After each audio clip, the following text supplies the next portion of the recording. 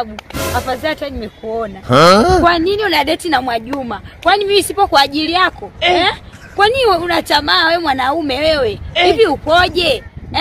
Wewe ni mwanaume gani ambaye uliziki? Unakosa nini kwangu jamani? Mbona mimi nishajitoa kwa ajili yako? Songo yeye. Najua upo kwa ajili yangu. Lakini nikikuita geto hauji. Lakini nikimwita Mwajuma anakuja. Na tena haji peke yake, anakuja na rafiki yake, Mariam. Sasa hapo kuna ubaya gani? Allah. Kwa hiyo asabu unatupanganisha si ndio? Ili tuache njia panda. Wewe ni mwanaume gani wewe ambaye usiotosheka?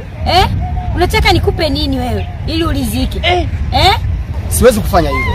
Lakini kitu ambacho ninachokihitaji, ninataka nizae na mabinti 5. Baada ya hapo ni waoe tuka pamoja. Nilijua tu utakuwa peke yangu. Kama hivyo ushakuwa na mimba, wewe na kuweka pembeni kwanza.